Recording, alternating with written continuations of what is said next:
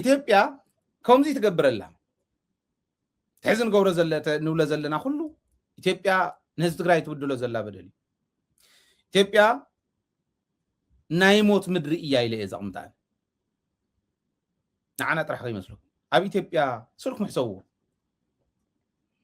ኣብ ኢትዮጵያ እንተዝድመር ክንደይ ሰራዊት ኣሎ ኣነ ክሓቶም እየ እስኪ ክሓትት እየ ኣብ 12 ክልላት ዘሎ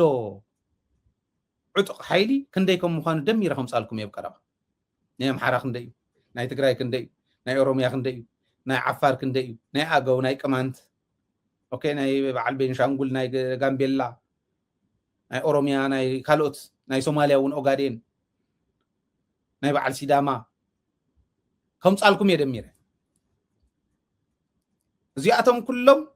ጥይት እንዲኦም ሒዞም እኒው ታ ትግራይ እያ ታ ተሓይሽ ሕዝውን ግን ተንስ ሒዞሞ ዘለዉ 48% ናይ ትግራይ ክፋል ሞት እዩ ዝፍረዶ ዘሎ ካብ ፀለምቲ ሕዝውን ይፋነቐሉ ኣለዉ ይቕተሉ ኣለዉ ኦኬ ብጥሜት ይመውቱ ኣለዉ ውሽጢ ኣብቲ ሕዚ ሓራ ዘሎ መሬት ትግራይ እውን ነንባዕልን ትግራዋይ የዋግኦ ኣሎ ቦቲን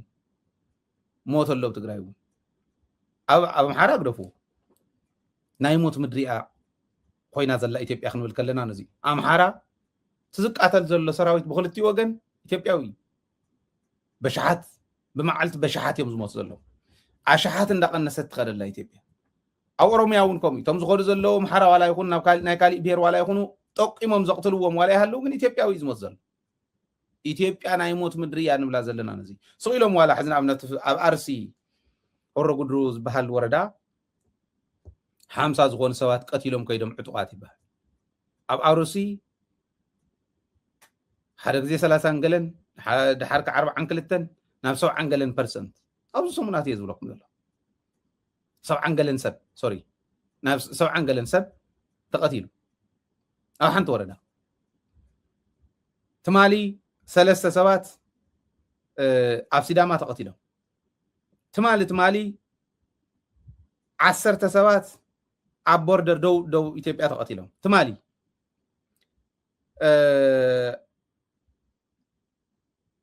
ገሊኦም ከዓ ተወጊኦም ናብ ኣለታ ወንዳ ወንዶ ኣለታ ወንዶ ወይ እና ኣብ ኣለታ ወንዶና ኣብ ሃዋሳ ሆስፒታል ኣብ ክልቲኡ ዝኣተው መዓት ውቃዓት ኣለዉ ትማሊ 3 ሰባት ብጥይት ተቐተሉ ኣብ ጉራጌ ዞን እውን መንቃ ዝበሃል ወረዳ ኢንሴኖ ኡስሜ ዝበሃል ከባቢ ማለት እዩ ኣብ ስራሕ ዝነበሩ መናእሰይ እዮም ተቐቲሎም መከላከያ ዝነበሩ ካብ መከላከያ ከዲዖም ዝኸዱ ናይ ጉራጌ ተወለድቲ ናይ ጉራጌ ነፃ አውጪ ዝበሃል ሰራዊት ፈጢሩ ጉራጌ እውን ፈጢሩ ማለት ሕዚ ኣብ ዝተፈላለዩ ወረዳታት እናኣተው ኣብ መከላከያ ዝነበሩ እዮም ከዲዖም ዝኸዱ እዮም ተኮስቲኦም እዚኦም ማለት ተለማመዱ እዮም ወረድ ተዓለሙ እዮም ጉራጌ ነፃ ክወፅ ኣለዎ ኢሎም እዮም ዝኸዱ ከም ዝበልኩም ጉራጌ እውን ኣብ ክልተ ክመቕልዎ ብጥስ ሰቢሎም ንዕተው እናተባሃለት እናተኸብከበት ልክዕ እንስሳ ኣኪብካ ናብ ደንበ ከም ትእትዋ ናብ ኦሮሙማ ንኽእትዉ ከመይ ገይሮም ይኸዱ ከም ዘለዎ ብደንቢ ጌርኩም ክትርእይዎ ትኽእሉ እዮም ስለዚ ኢትዮጵያ ናይ ሞት ምድሪ እያ ክንብላ ከለና እዚ መዋቲ ክንደይ እዩ ብመዓልቲ ኣብ ሶማልያ ክንደይ ኣብ ዓፋር ክንደይ ኣብ ሲዳማ ክንደይ ኣብ ኦሮምያ ኣብ ኣምሓራ ኣብ ካሊእ ክንደይ ኢልካ እንተዝንመር ካብቲ ዝውለድ 10 ዕፅፊ መዋት እንዳበዝሐ ተዓዲ እናቐነሰት ሽሪንክ እንዳገበረት ብበዝሒ ህዝቢ ትኸይድ ዓዲ እያ ኣብዪ ኣሕመድ ግዳሹ ዕምበባ ተኺሉ ፑሽኣብ እናሰርሐ ሕማቕ ፑሽኣብ እያ ኣነ ኣጋጣሚ ኮይኑ ኣብቲ ስፖርት ድሓን እየ ኣይሕመን እታ ፑሽኣብ እውን ዝኽእላ ፑሽኣብ ኣይኮነትን ባይዘወይ ስኢሉ ንመርኣያ እዩ እንተረኣየን እዩ ዝኽእል ሃረማያ ዩኒቨርሲቲ መፅኡ ሞቲቬሽናል ስፒከር ኮይኑ መፂስ ድሓር መፅሓፍቲ 2 መፅሓፍቲ ሒዙ እስኪ መን ኣሎ በቃ ናብዚኣ ሕቶ ኣለኒ መን ኣሎ ዝመፅእ ገለ እዩ ኣብ ዝኾኑ 2 ሰባት ከይዶም ፑሽኣብ ንዕስሩ ሕምሳ ኢሉ ንሱ ኣብታ ላዕሊ እያ ከምታ ትፈልጥዋ እዩ ዝሰርሕ ፑሽኣብ ሰሪሖም ምስ ዝሰርሑ ክልተ መፅሓፍ ሸሊመ ከምኡታት እናገበረ ነታ ዓዲ ጥክዕ ከምታ ቅድሚ ሕዚ ዝቕልደላ ዝነበረ ሕዚ እውን ዕምባባ ተኺሉ ፍቲን ፍንቅድን እንዳበለ ዘና ኢሉ ምስ ሰበይቱ ዝነብረሉ ናብራ እንዳነበረ ይኸይድ ኣሎ ተዓዲ ግን ናይ ሞት ምድሪ ኮይና ትቕፅለላ ማለት زي حزي إثيوبيا أو نهلنا نالباش ن مرأيكم تشونا إثيوبيا نايموت مدري أخن بالكلنا مسارح حقنا اللوه مسارح اللوه مسارحي نا إثيوبيا اتهم مفترم مننتهم زخدعو بانداتاتيو مفترم مننتهم زخدعو بانداتاتيو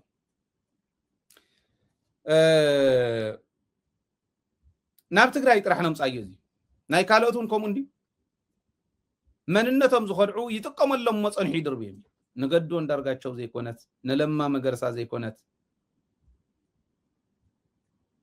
ከካብ ካሊ ከባብታት ዝኔው ዕሱባት ንዓቶም ዘይኮነት ኢትዮጵያ ነቶም ናህና ዕሱባቱን ክትኮኖም ያ ማለት ይኮነ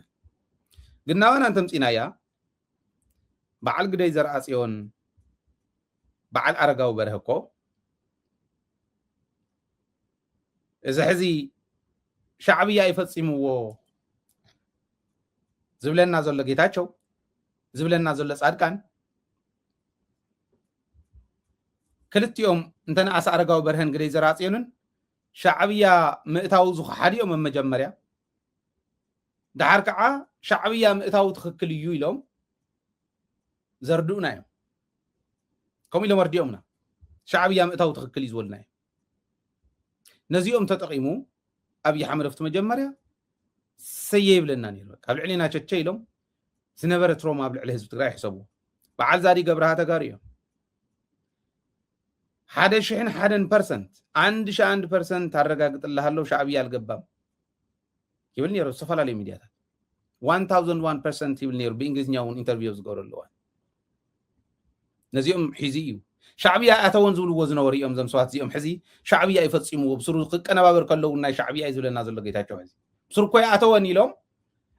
لهم زخل كل زنور سباتي شعبية أي أتون زول النازل نور سبات شعبية خمزة أتون مسكر كوينم علم كأمون سرح زنور سبات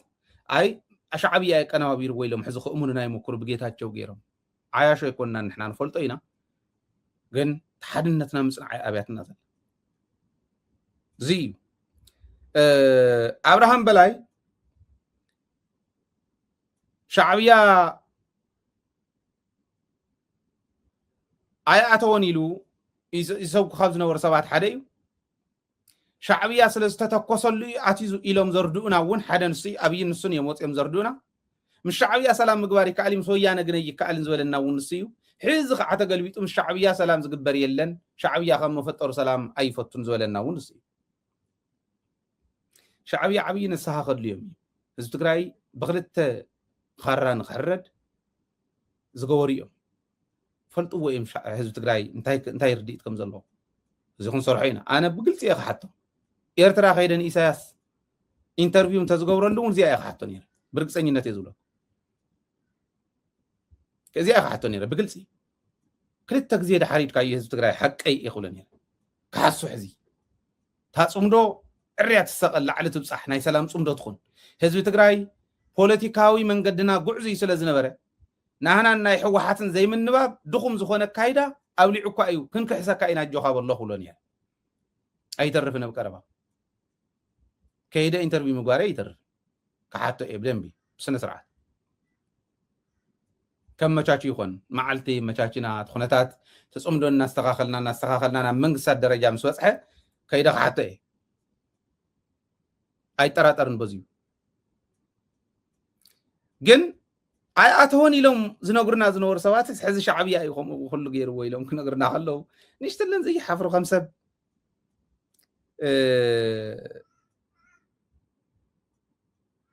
እዞም ሰባት እዚኦም አሁን ተቀስቁዎም ጌታቸውን ሐዊሱ ሻዕብያ እዩ ሁሉ ነገሩ 100% ፈጸሞ ሻዕብያን ፋኖን የምዝብለና ዘሎ ስለዝኾነ ከም አነ ብርግጽ መጽዮም ኣብ ትግራይ ይቅርታ ሓቲቶም ሰብ እንደዝኾኑ ተጋሩ እንደዝኾኑ ኢለ ዝዛረብ ብዙሕ ትግራዋይ ግን ይትረፍ ደኽረግጽዋ ንትግራይ ከቕበሩላ ትረፍ ደኽነብሩላ ከቕበሩላ እውን ናብ ትግራይ ክመጽ የብሎም ኢሉ ዝዛረብ በዓል ዮሐንስ መንጋግ مسأزت الشعبية خوشم شم زول زنابرة سبي أدى تقرأي كتنبع خلا أبو تقرأي كتنبع خلا هسان تقرأي كتدفر كلا بعد ساموراي يونس بعد تأكلت بهال مقبريت بومبانيرا بعد تأكلت بهال نايم راحتي خمزين يرا زي أفت شوان دولة دي سابا خوينو أوبي خوينو زتو قصنا ورا سبي حدا معلتي نزيئاتهم نالواش لبامات انت خوينا تقارو تحتاتنا تكسفنا اللو وخنو بالكلنا زيئاتهم عين رسعهم النخون انت خونا خنصحفو مينا صحيفنا بمصحف درجة خنا قمطو مينا نتولد زحلف نولد ولد زحلف مصحف تخن قمطينا صنيع فتاري حيل انتهيونا عقم انتهيونا بصولت ولدي أنا ساق قمطي يدلي دحراي كيدقم سلازدلي نقول ساعات كتقع يكون فتصم دحراي كيدقم اتوم يماناي منقد استخطلوا شغال حزباونت حيزم اسكع حز قالس زلو زيهم توم بصقام منقد خيدوم عد زول عزنورو مفطروم زصلقو مننتهم زصلقو مننتهم زشطو حزبهم كم تيل كم كفتي كم انسسا شنشنهم بقى زي خندزي لهم واغان عداغان اوصيهم تدراديرهم حزبهم زشطو غعزيات زيهم نيروم يلنا حزبنا خنا ردنا يقدني بهراونتن سيلكو صلاق نفر نخلنا حزخم زخول كله كله باندا زخونه ايفوتونن خصلااني نعي صلاينا نفر بقلكو انا كو حزبي اي واردي ايلي ازخيد حزبي اي واردي ايلي ازخد امين ازخد بتخكل بلبي نغركو حزب خاي واردي اخا زخون ነገር ክትኮን ከላ انا تحمق አጋጣሚምኒ አብዝነወረ ልዋን ጸሎት ህዝቢ ተዘይኸውን ኮም ኢለ ኾጽ አይከል ጸሎት ወለድ እንተዘይሉም ሳይ ኮም ኢለ ኾጽ አይከል ያ አሚኖሊ የዛረው በትክክል አወው ዝነወር ኩሉ እዋን ናፍታ ዝነወር ኩላ ቦታ በሊዕ ዘይውደኦ ምግቢ ሕጽኖት በልዎ ሸሊኹ ኸይሪኦውን ገለገሊኡ ይፈርሓነታ ፖለቲካ ተሽለኽሊኹ መጽ ግን ዝገበረለይ ህዝቢ በቃ እዚኦም ሞራል እዩ زي تستمرغاغصي ህዝባውነት ካመረጋገጽ ይዚ ሚዲያውን ህዝቢ ሒዝ ወዝጋድ ብርግጽ ሕዚ ጁባይ ዝኸፍሉ ምንም ከሕሶ አይደለም ተናሰግነ ጆኻ ዝብል 100 ዲያ 200 ኣብ ዓዲ ይርኤኒ ካብ ዓዲ ይርኤኒ ሞ መስኸፍቱ ተተናስኮም ዝደውልና ይኹን ዝብል ናይ ባንክ ሲስተም ዘይፈልጦ መስኸፍቱ ዝድግፍ ሰብ ክርኢ ከለኹ እሕበን በህዝበይ شغال ህዝባውነቱ ዘየጥፈ ፍጹም ትግራዋይነት ሒዙ ዝቃለስ ትግራዋይ እዚ ኔሪልና ከንሕብርና ይግድኒ ክንጽሕፎና ይግድኒ ንጽሓፎ ዳሕራይ ከይፍጠር ሪኹም ናይ ደርግ ባንዳታት ዋግኦም ረኺቦም እንተዝኾኑ ሕዝባ እንዳይ መፍረና ብደርግ ባንዳታት ነይሮም ኣብ መጽሓፈይ ኣለኩም ኣብቲ ጽኑዕት ህዝባውነት ዝብል መጽሓፈይ አለኩም ራእይዎ አንብቡዎ ግዙዎት መጽሐፍ አንብቡዎ ማተሰአ አሜሪካ ኮይኖም ዝሁሉ አኺባታትና ገበሩ ህዝብና ለዓሉ ኸቃለሱ ከለው እንከለ ከምዚ ገይሮም ዝቃለሱ ኸያአቱ ናብ ኢትዮጵያ ኢሎም ኢትዮጵያ ንኸያአቱ ዝኽልከሉ ሓሰውት ነይሮም ከምዚ ዝገብሩ ተጋሩ የዝብ ዘለኹ ተጋሩ ነይሮም ከምኡ ቀደም ሕዝውን እኒዮ ቶም ናይ ሽዑ ዘመን ግን ኣብቲ ዝነበረ ናይ 27 ዓመት ቶም ተቃለስቲ ጥርሖም ተሪፎም ዝነበሮም ገንዘብ ህጊሮም ንህዝቦም ንልምዓት ዶ ንሓመድን ማይን ዕቀባዶ ንኻሊእ ዶ ቤት ትምህርቲ ዶ እንዳተባሃለ ገንዘቦም ሂቦም እቶም ዝሕሱ ዝነበሩ እንዳተማሃሩ እንዳነገዱ ጸኒሖም ሰብ ገንዘብ ንሶም ሰብ ፍልጠት ንሶም በታ ወረቀት ስለትዕቀንታ ፍልጠት ምበርት ህዝባውነት ተዝኾን ምዕቀኒኡ ከምኡ ይነበረን ሓርቲኦም ተራእዩ ጥርሖም ተሪፎም በይኖም እቶም ሪፖርት ዝገብሩ ዝነበሩን ትግራዋይ ኢዶም እግሮም መጣሚሮም ኣብ መድረኻት ትርእዎም ከምኡ ኢሎም ክነግሩኒ ሙሉ ሓጎስ ከምኡ ኢሉ ነጊርኒ ዝኾነ ሰብ ፈልጦ ሰብ ባንዳ ኮይኑ ዘቀባብል ዝነበረ ጣዕሚ ሓዚነ ኣብ መጽሓፈይ እውን ኣካቲት የሎ እከለ ይበልኩን ግን ኣካቲት የሎ ታሪክ ፍሉጢት ሰብ ኣብነት ስለ ዝኾነ ሓደ ሰብ ስልካ ምልዓል ብዙሓት ስለ ዝነበሩ ሕጂ እውን ብዙሓት እዮም ባንዳታት በዚሖም ሎም ኢልዎም ጀነራል ህንፃ ሓቁ ኤኒዌይ እዚኦም ብስርዓት ብደንቢ ኣስተውዒልና እንተሪእናዮም ንወለዶታትና ክነርክበሎም ንኽእል ኢና ዓዶም ዝሸጡ መንነቶም ዝፀልኡ እዚኦም እዮም ዝብል ብደንቢ ርኢና ኢና ክንቃለስ ዘለና ዝብል ከቕምጥ ደልየ